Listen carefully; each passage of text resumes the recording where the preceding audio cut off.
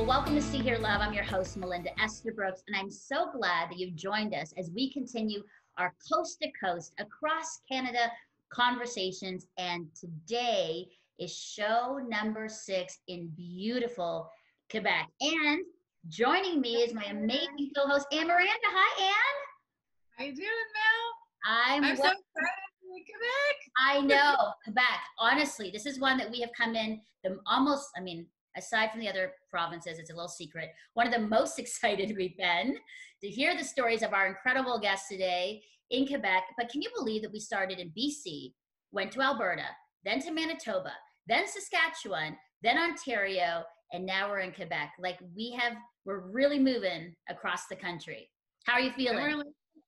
Great. I feel like we're in like history class as well, geography class. We have learned so much, social studies, some people call it that. And, we've just learned so much about our country and met some incredible women along the way. And I'm excited for today's show. I know. And you know what? I think we're going to learn a lot about Quebec today. And so I want to get started right away because you're going to be introducing our incredible special guests today. So Anne, go for it. I want to hear all about them. Right, we're going to start with Katrien. We were at a conference together, and that's how we connected. And I would love you to introduce yourself to our guests and tell us which part of Quebec you are from. So my name is Katrien indeed. I was born in Belgium. I grew up in France. I've been living in Quebec in the city of Montreal for 4 years now, since 2016.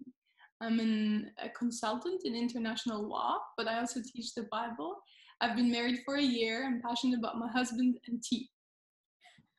I love that about tea. What's your favorite tea? Green tea. Oh, yes, green tea. Fantastic. Well, welcome, Katrien. So glad to have you here. Thank you. And Denise, introduce yourself. Tell us where you're from in Quebec. Well, I'm actually from Ontario, but I moved here to just outside of Montreal into Hudson, Quebec about 9 years ago. I married a Quebecer, and since then I've been working as a freelance journalist and news producer. I work mostly in TV news, so I'm always wired. And I guess my passions, apart from news and storytelling, is my 6-year-old German Shepherd, Edith. I hope Edith shows up. She may during the show. She may. She will not be denied. Okay. Welcome, Denise. It's so good to have you here with us. And Elisabeth, tell us about you. Hi, I'm Elisabeth. I'm 26 years old and I'm from a small town called Trois-Rivières. It's actually the 3rd oldest city in Canada. And I've been living in Montreal for 8 years now. I work as a translator from French to English and English to French.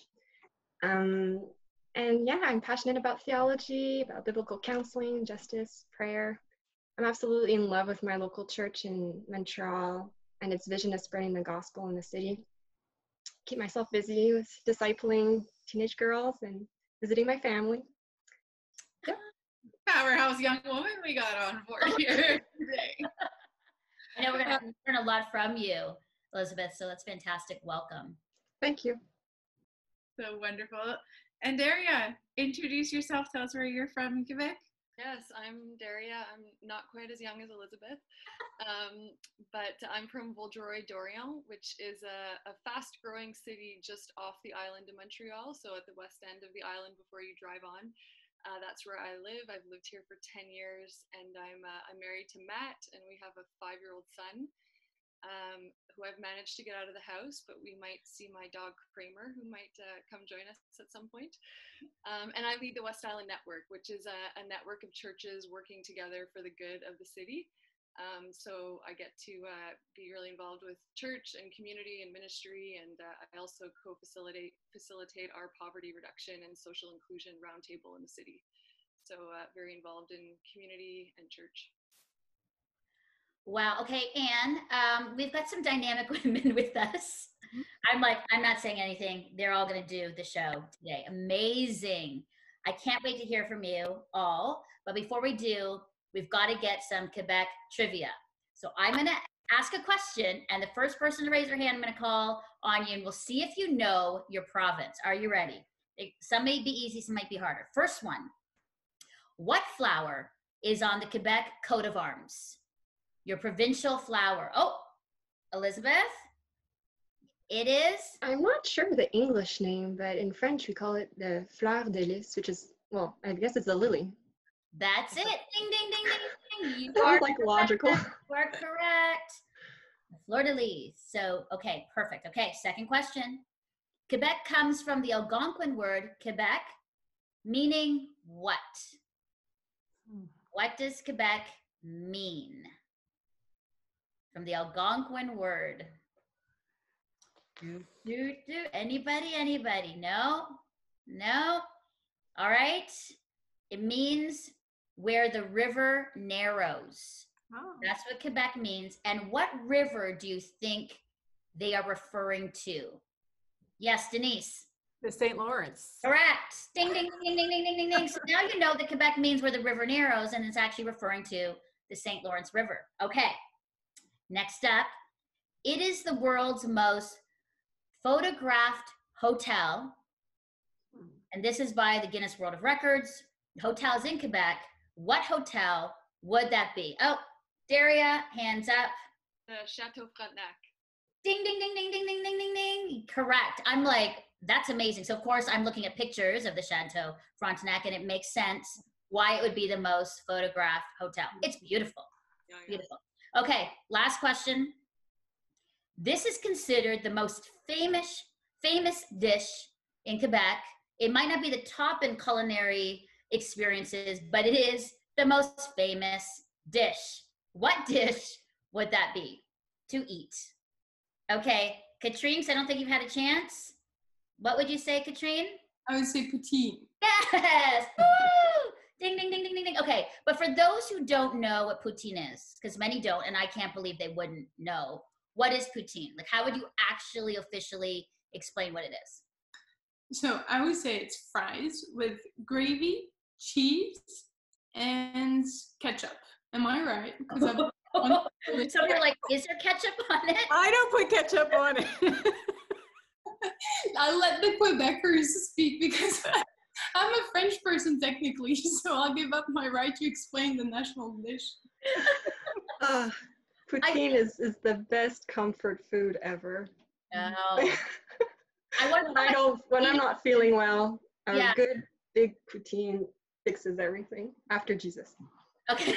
I wonder how much poutine has been eaten during the whole COVID-19 time. If it's a comfort food, Elisabeth, I just wonder. That'd be a really fascinating statistic to know how much has been consumed during this time while we're at home. So it is French fries and then cheese curds with a gravy, and I guess some people put ketchup on it. Yeah, you can add other fancy ingredients, Okay. but the basic usually doesn't include ketchup. Okay. Sorry. Okay, so all of you know something about your province, which is good. There was tons more of trivia, but I think those were good ones. But as we sort of segue into that, because I just thought that was fun, for people who don't know about Quebec, what would you say is something really unique to your city or to Quebec that you just love? That you love about it or that you love doing? Denise, why don't we start with you? What would you say?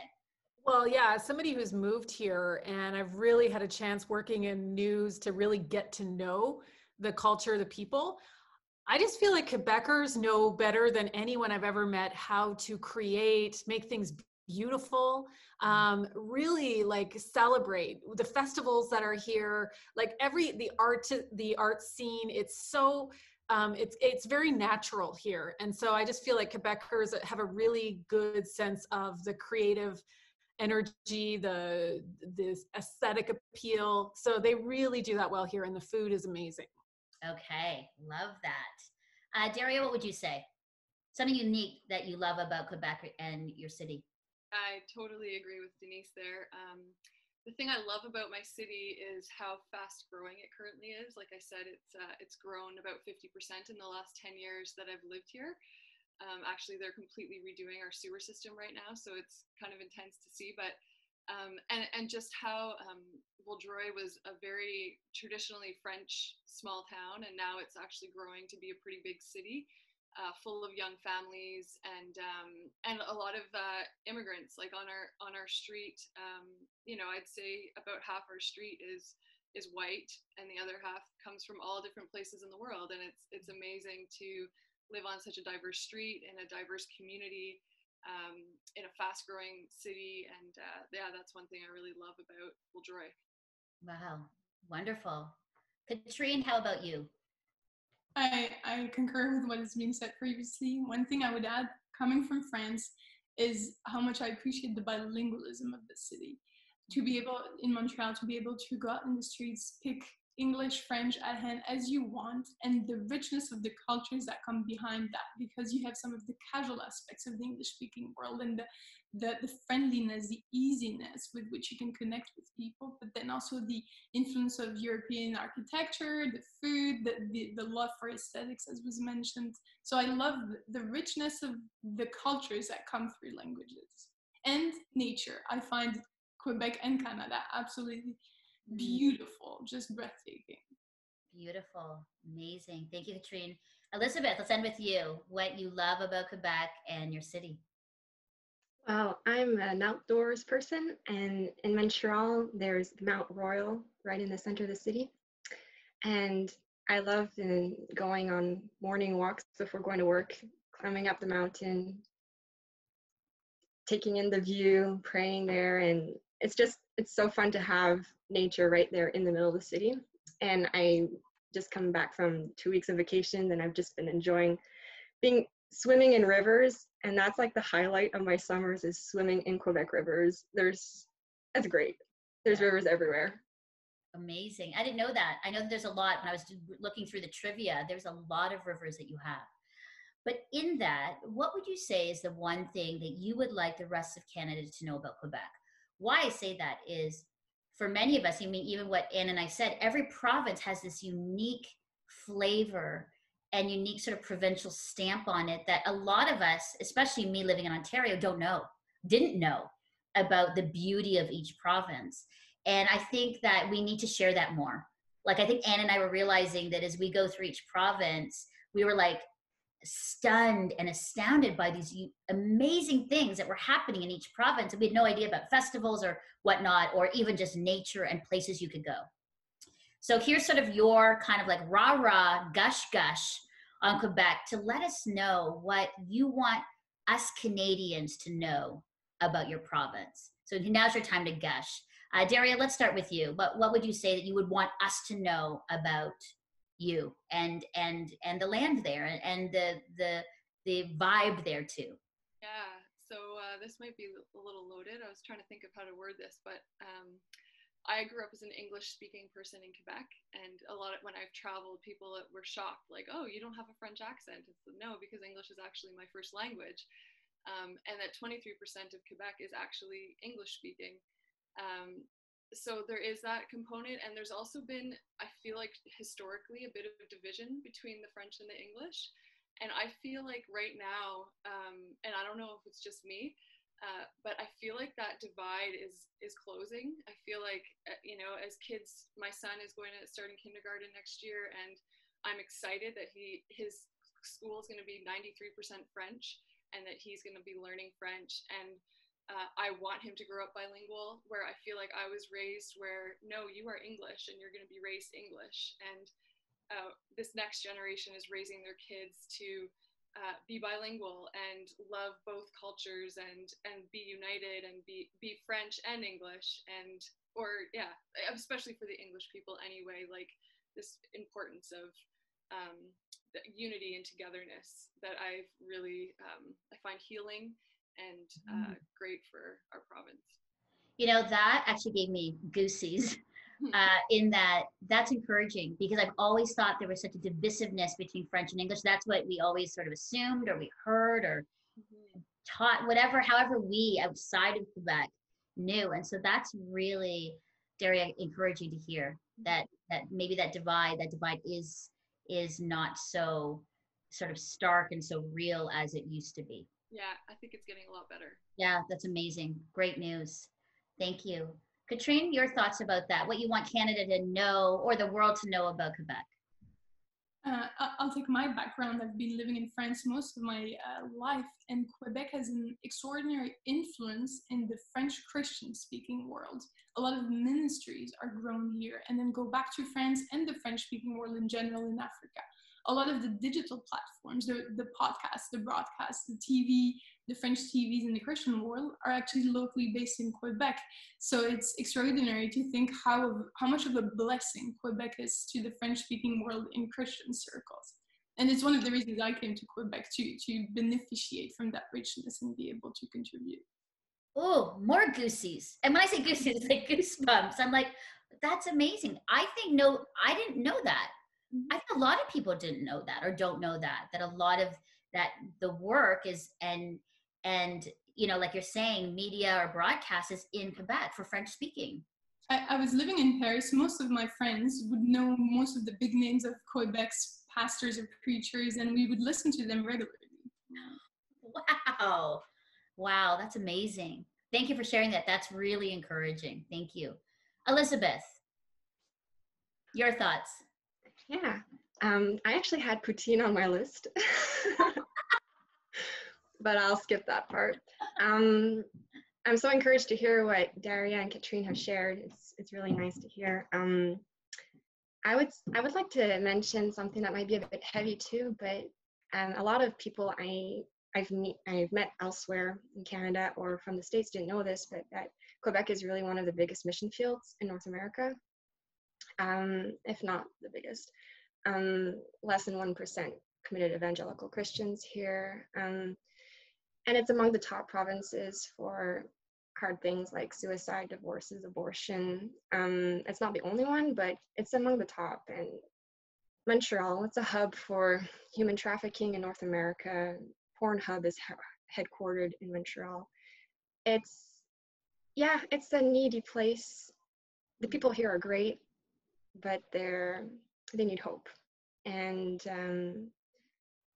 I like to remind people that we need the gospel here. Mm-hmm. That's good. Thank you for that. I think that's a good reminder, because sometimes we don't know, we assume other places, and yet what you're saying, it's like basically a province away or right at our doorstep that these things are happening. And it's always, always good for us to be reminded so that we can be mobilized and motivated to do something practical, pray, or even ourselves get involved in sharing good news and helping people in these areas. So Elisabeth, thank you so much for that reminder. Denise, let's end with you. Your thoughts on what you want people to know about Quebec. Yeah, it's not a scary place.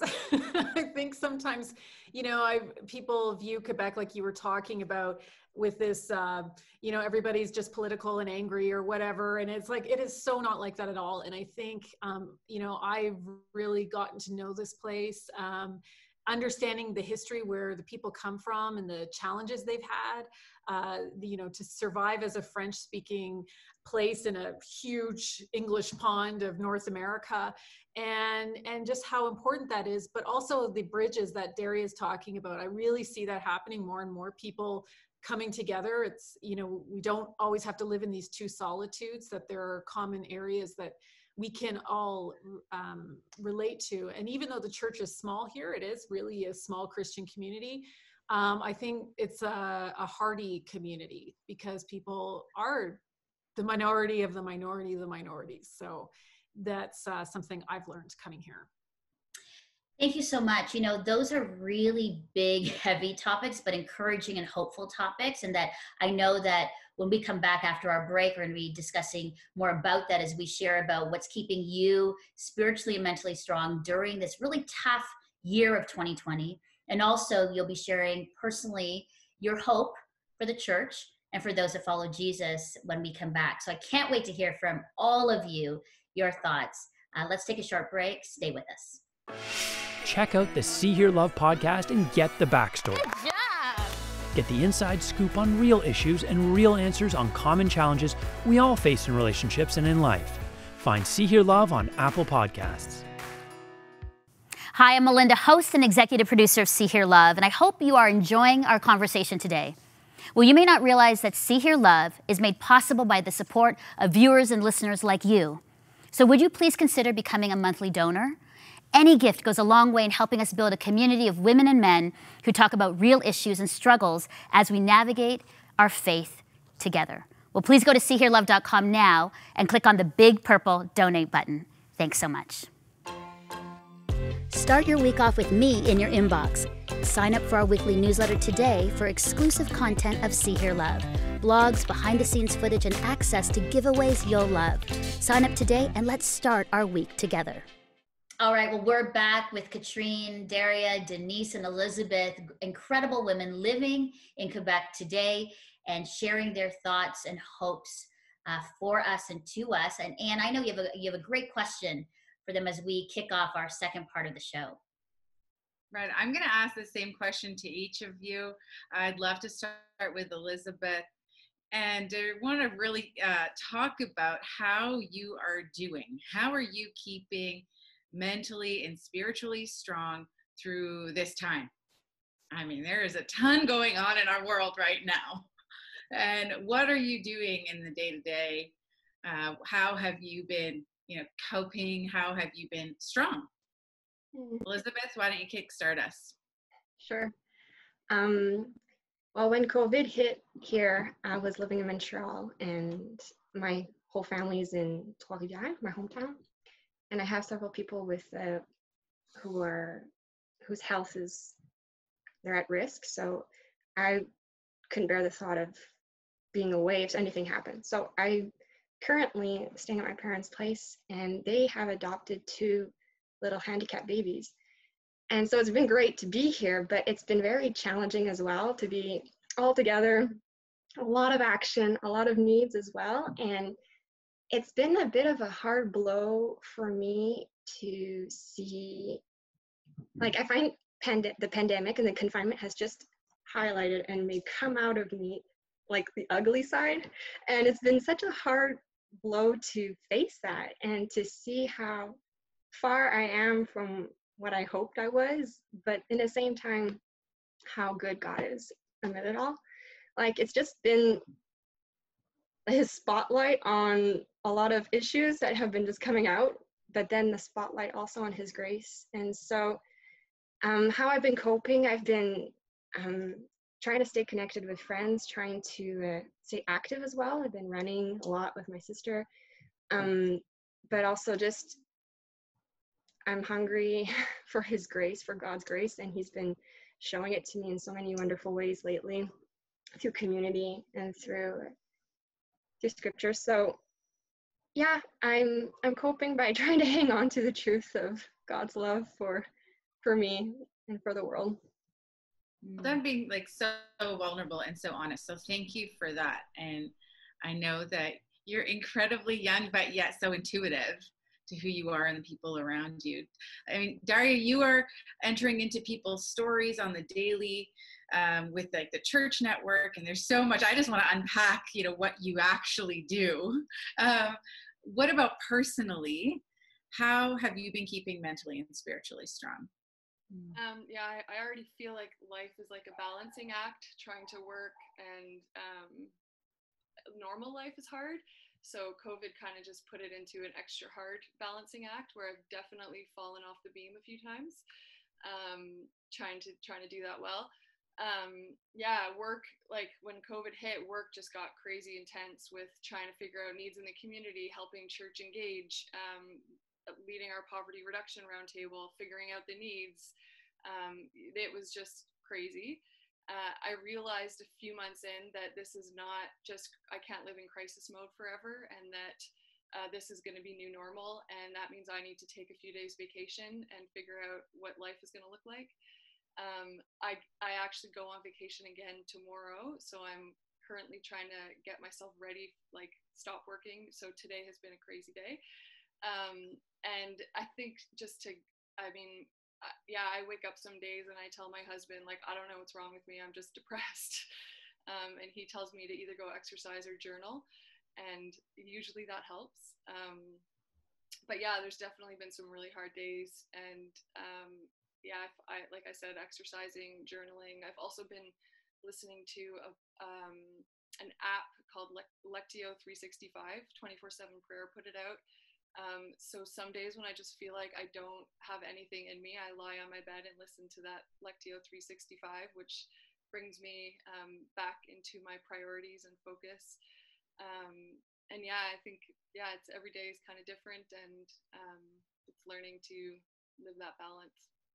That's good. That's beautiful. Thank you for that resource. And we'll end up posting that somewhere, because that's really the word of God, just like refreshing our minds, renewing our minds. I mean, there's a lot going on in our world. And sometimes we're like, am I normal? Am I going through this stuff? You know, am I by myself? I feel like so alone. And so, Denise, what have you been doing, you know, to keep yourself both mentally, spiritually strong? And yes, there's COVID. There's so much social unrest. There's so much political unrest, and you love to enter into the story and tell that story. So sometimes you have access to story that other people may not have, and then you retell it. So how do you keep yourself strong in the midst of everything? Well, I think it's like what Daria was saying, you have to turn off sometimes because it is overwhelming. And I remember when the pandemic started, I was actually, you know, news is considered an essential business. So we were open and there was a great need for me to come in and fill in for people, do things. And so it was very busy actually at the beginning. And it was actually for people who are, you know, journalists, this was kind of a rush, you know, because it's like the biggest thing that's ever happened in our generation. So you're covering this and you're trying to understand what's going on. And I feel like now it's funny if when you go in the newsroom or if you go some of these places, there's the adrenaline's definitely worn off and people are exhausted. And it's really, I'm sensing there's just a collective exhaustion going on around us. And I myself feel that at times. And so what I try and do is I know I'm fortunate to live in nature. So I definitely take advantage of that. Having a dog, you have to get your dog walked every morning, and we take long walks with Edith, and you know, and that really helps me because it's a daily routine I can keep. And another thing that's been helpful for me is to look at it day by day. And I realize, like, my husband's wise. He said to me in the beginning of this, he's like, this is a marathon. It's not going to be over anytime soon. We don't even know when where the end of the tunnel is on this. So we have to really live day by day. And that's so hard for me to do, to live, not always thinking about the future, not always thinking about the past, but to just try and live here and now. It's very hard. So that's one of the challenges I've had. And I think just really living simply has helped to kind of deal with the ongoing craziness that's around us. Wow. Good. Yes. So great. So wise. Katrien, what about your experience? Tell us how you've been keeping mentally and spiritually strong during this time. I think what has been helping me is when it's the word season. I think of Paul when he writes to the Philippians and he says, I've learned the secret of being content in any situation. Or I think of the Israelites in the deserts and they're leaving Egypt, and there could be the temptation to go back to what has been known, to what felt known, or to want to be in the promised land already. But God is doing something in them of embracing the season, embracing the way through which he takes them. And so we've been married for a year. We were planning on doing our honeymoon this summer. We were planning, my husband is from Cameroon, I'm from France. We were planning to travel all over. So that's not happening anytime soon. And so the tendency at first would be to hope to go back to normal. I've heard that a lot, go back to normal. But then I've been working on this is normal in the sense it's present. It's what we live with. So I've been trying to embrace the season, and instead of trying to escape it, to either go back to what was known or already to what is to come, to pray and let God tell me, what are you doing in this season in my life? What is it that you're doing now? And I heard, or I felt, this is a forced Sabbath. So instead of traveling the world, you'll be here, you'll be working on your marriage, you'll be laying foundations, you love and enjoy the rituals and the rhythms I'm putting in place for your married life. So it's been a lot about embracing the season and finding that rhythm, and a lot of reading, a lot of walking with my husband, speaking, and just being rooted and find how we root those two cultures together in Quebec, which is yet another culture. Mm. Wow. That is so good. You know, to all of you, I really appreciate the honesty about your experience during COVID-19. And for many, just so that you know, in all the provinces that we have talked to, it's been the same.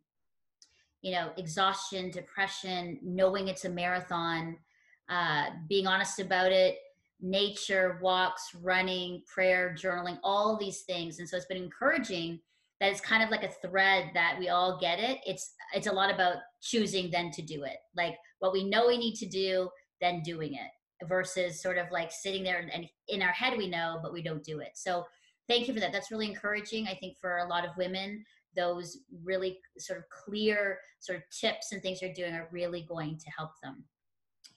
I want to now transition into this question, because I think it's an important question for you, especially as followers of Jesus and those that are working in so many different areas where you're impacting and influencing people. I want some hopeful thoughts too. You know, what are your thoughts on the hope of the church? When I talk about church, it's not necessarily the institution, but the people that are within the church. And as followers of Jesus, what is the hope? What is your hope for loving our neighbor, inclusion, getting through this together? I think I just want to hear from you and your own experience.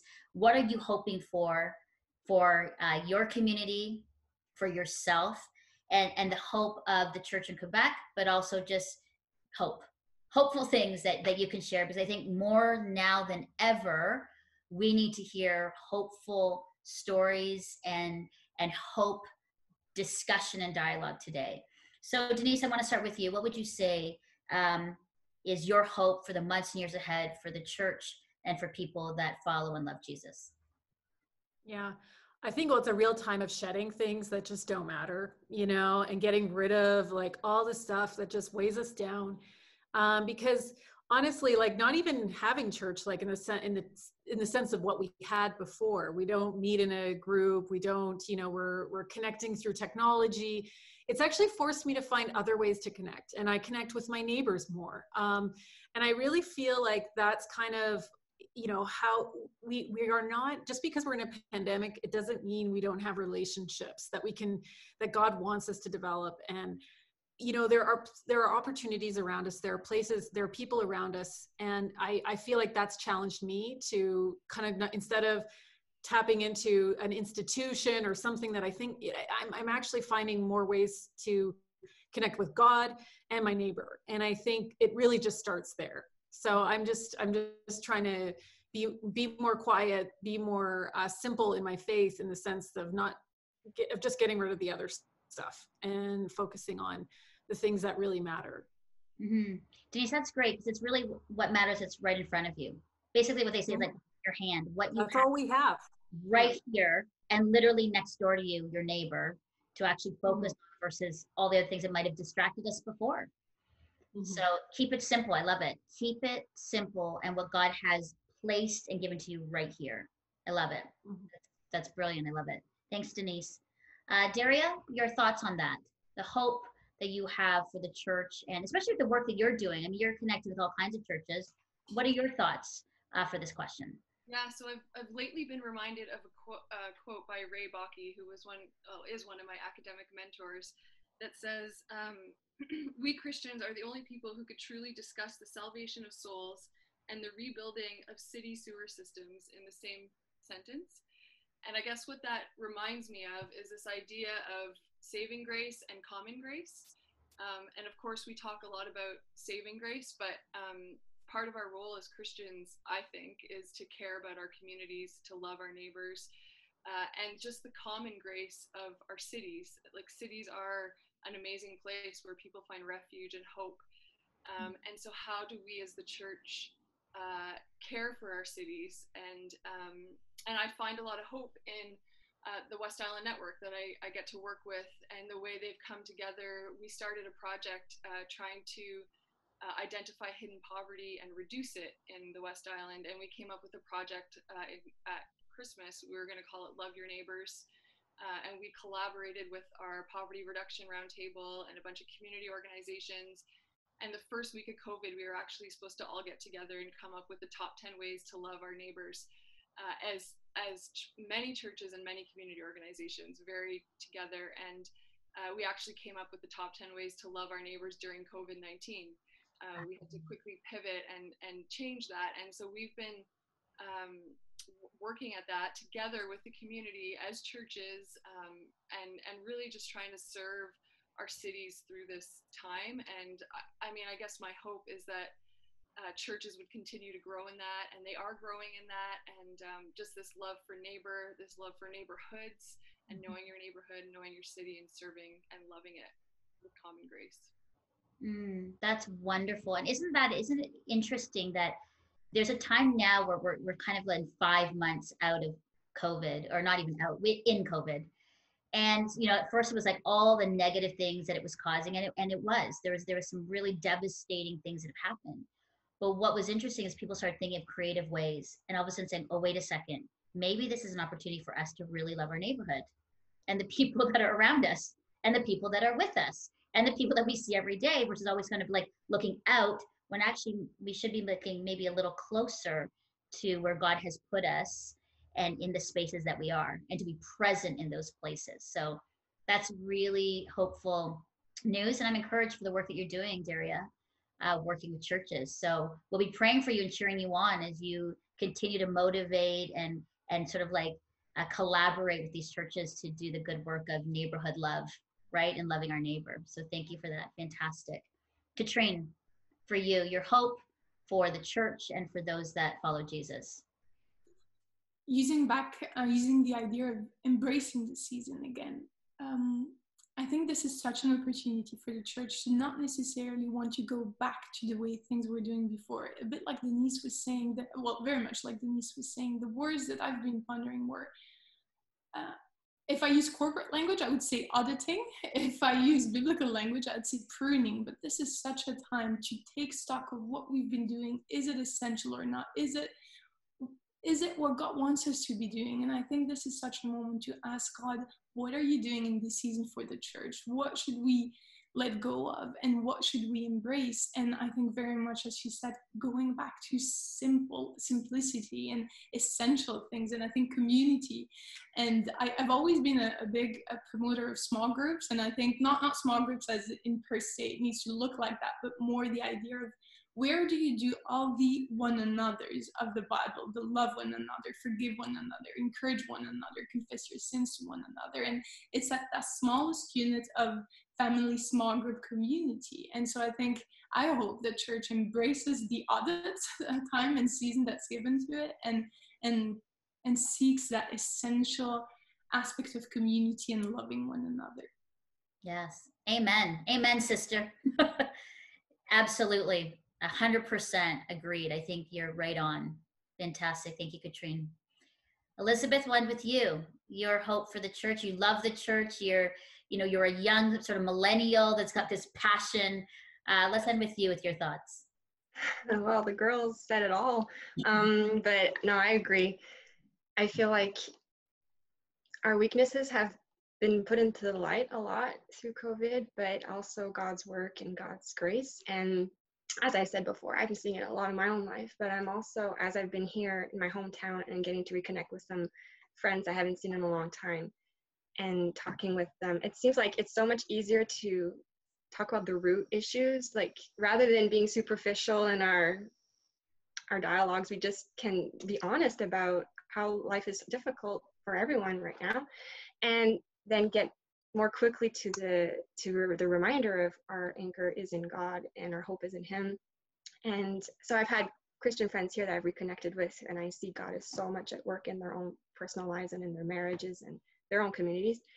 But I find it easier in some ways somehow to connect with some of my non-Christian friends too, because the superficiality of life is no longer there. We're all in the same boat of struggling, but there's a hope that I can get to share.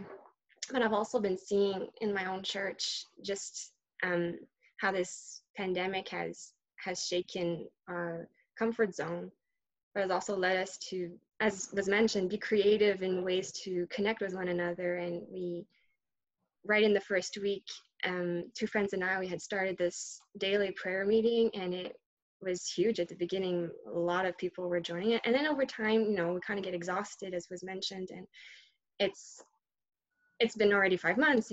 It's been a long time. So you see some people are getting tired of screens, and so the prayer meeting has been reducing. But then you also get to see that those who stay are those who really have it at heart. And so there's kind of like a pruning, like you mentioned, Katrien, and God is at work, and there is a beauty in the faithfulness in those who keep showing up, even when it's hard. And when we show up, God shows up too, and he does his work. And it's just been beautiful to see in my own church, in my friends' lives, and in my own life as well.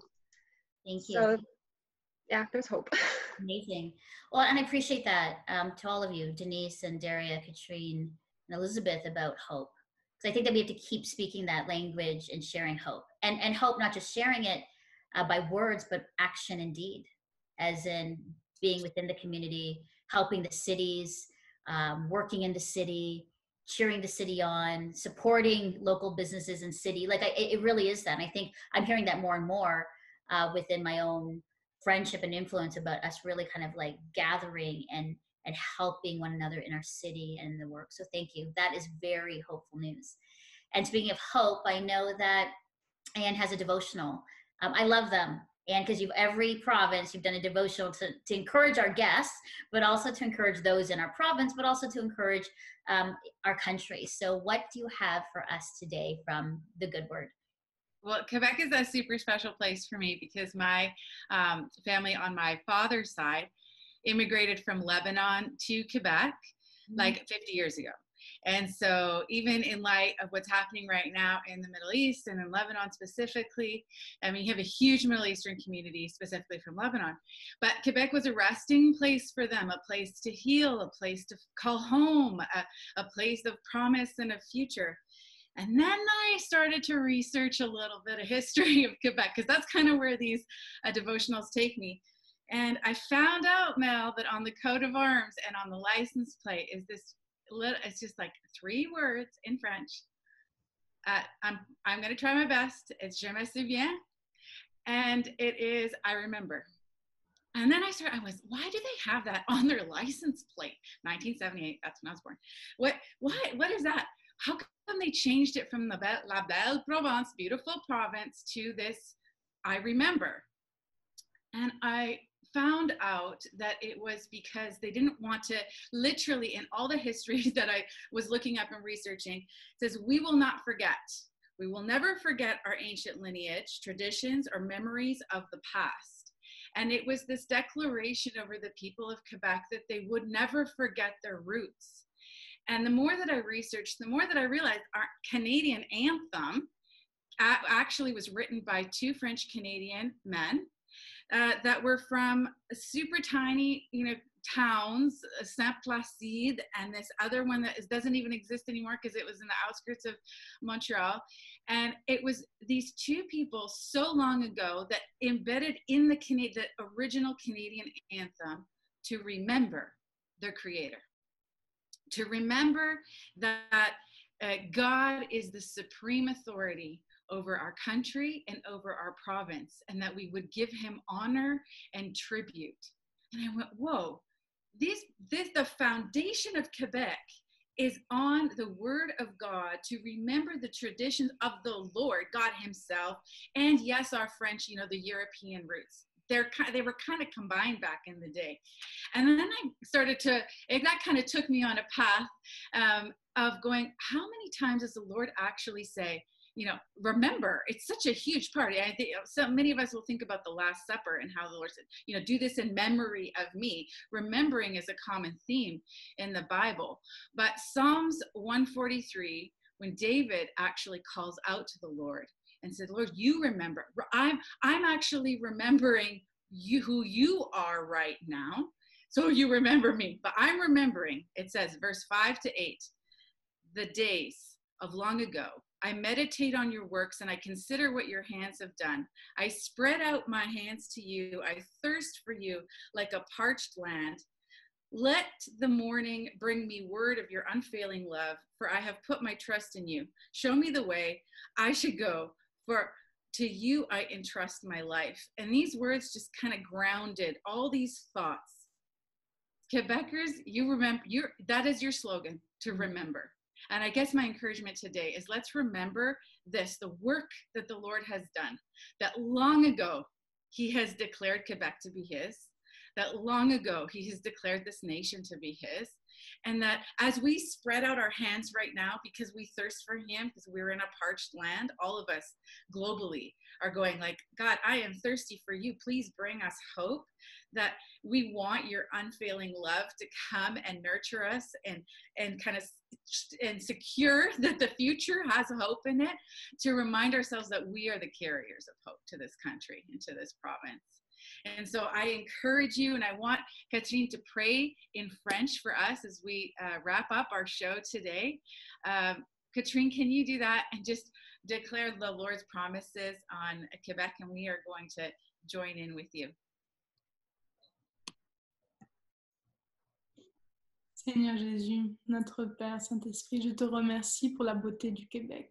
Je te remercie, je prie avec humilité en tant que personne qui est immigrée ici. Je te remercie pour l'accueil que cette province m'a fait. Je te remercie pour l'accueil qu'elle fait à tant de personnes. Je te remercie pour cette terre d'asile, pour cette terre de diversité qu'elle est. Et je te remercie en particulier pour deux choses. La beauté, cette province est tellement un témoignage à ta gloire de créateur.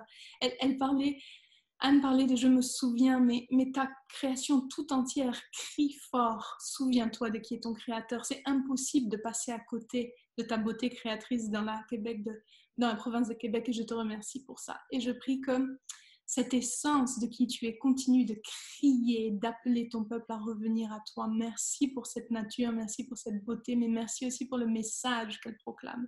Et je te remercie aussi, en particulier, pour l'Église du Québec. Je crois qu'on a vu aujourd'hui le paradoxe de cette terre qui est tellement desséchée spirituellement, mais qui en même temps, quand elle produit des lampions à ton effigie, sont tellement forts, tellement puissants et brillent tellement loin. Et je te remercie parce que vraiment la lumière brille dans les ténèbres. Et dans la province de Québec, qui est ténébreuse, tu as établi une église forte, tu as établi une église qui éclaire les nations. Et je te remercie pour cette église. Je prie que tu la protèges, je prie que tu lui permets de saisir l'opportunité de la saison actuelle pour continuer à briller encore plus et à amener cet espoir et à appeler les nations, et pas juste le Québec, à se souvenir de qui tu es et à ouvrir son cœur pour t'accueillir. Amen. Amen. Thank you, Katrien. So appreciate that. You know, as we are sort of wrapping up the show, I do want to end with a last takeaway from each one of you. Just sort of like tell women in Quebec and in Canada, the world, just one takeaway, one encouragement that you want to share as we close. Denise, how about we start with you, your last takeaway today?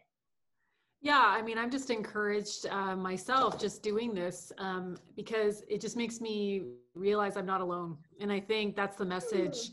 This pandemic does separate us from so many people and things and groups and everything else, but we are not alone, and there is a community of people that are here, and we can and we need to support one another. So that's my takeaway. Beautiful. Thanks, Denise.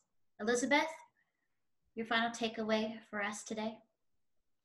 I think it would be that when we meet people from other provinces who come from different cultures, different languages, let's be curious. Let's lean into one another's stories. Let's ask each other questions. As was mentioned before, there's sometimes this divisiveness between this culture clash that we have, and I think we all need to, as Quebecers and people from the outside, to be curious and humble about one another's stories. Yes, absolutely. Thanks, Elisabeth. Daria, your last thoughts? Yeah, I think it would just be that being a woman these days is hard, and it's a balancing act between jobs for those who work and families. Some people have young kids. You know, trying to manage a home and a life and friendships, and it's just hard. It's a balancing act, but it's a balancing act, and I think we have to see it as that, and just keep balancing. Just keep. It's okay to sometimes fall and to get yourself back up again, and just keep going and trying to find that rhythm and that pace, and to figure out who and live in who God's called you to be as a woman. So keep going. Good. Yeah, thank you. Great reminder. Katrien, your last thought, your last takeaway? What I really appreciate about this show is that it helps us rediscover Quebec as a province for ourselves and discover other provinces. And I think sometimes when you're so used to something, you can take it for granted. And with that, my encouragement to women is we've been given a lot, each one of us, but you can either take them for granted or get used to it. And just as we've been reflecting on Quebec, and I, by reflecting on the province, get to love it even more, I would encourage women to stand before God and ask for new eyes, new perspectives on themselves, to see maybe what they've taken for granted. When you're with yourself all the time, you get used to yourself and to what God has given you, but to be refreshed in a new perspective of who we are, the potential and the beauty He's been given us, and how much we can appreciate for the benefit of others. Beautiful. Thank you, Katrien. Wonderful. And any last thoughts for you as we close up? We knew this was going to be a special show. We totally did. We did. We really did. And it was really special. Like, I am really humbled and count this as a privilege, Katrien, Denise, Daria, and Elisabeth, to be in your presence, to hear a bit of your story. I mean, there's so much more, but just even your thoughts on your province, sort of the hope that you have for the church. And I think just how you honestly have been trying to navigate through this crazy year that we have before us. But for you to be here, still here, and sharing your story and still hopeful about tomorrow, not too far down the tunnel, as Denise said, but just for tomorrow, just for today, that's hopeful and good. And God bless you in all that you do, in the work that you do, whatever you put your hands toward, whether that's taking care of your puppy, whether that's going on vacation, whether that's all the work that you do and being with your family. You know, we will be praying and cheering you on, that God would energize you and continue to give you that wisdom and peace and grace that you need. So thank you so much, all of you, for being on the show today. And to you, our viewers and listeners, we thank you so much for journeying with us on our Coast to Coast Conversations, as this is number 6, and we still have the Maritimes to go, and the Yukon, Northwest Territories, and Nunavut as well. So make sure that you come back to our website, seehearlove.com, for all of those details, to watch past shows, to read incredible blogs, and to read some of our great resources that we have to help you on your journey through, whether it's COVID-19 or just journey through faith. Make sure you go there. And always know, here's the promise that we love to say here at See Hear Love. And we hear it so much, that women don't feel seen, heard, and loved. But we want to proclaim to you today that you are seen, that you are valuable and valued, and that God sees you even when you feel that you aren't seen at all, that you are heard, that your story matters, that this is a place where we want to amplify your voice and story, because we know that when we share our stories, we learn together that we're not alone. And then to be reminded that you are, and that we are loved by God. As Anne said, the one who created us and was there from the beginning, you are loved by Him. So know that truth today. And we are so thankful that you were with us, watching and listening to the show, and hope to see you again soon. So from all of us here in Quebec and in Ontario, we say goodbye. God bless you. And thanks for joining us.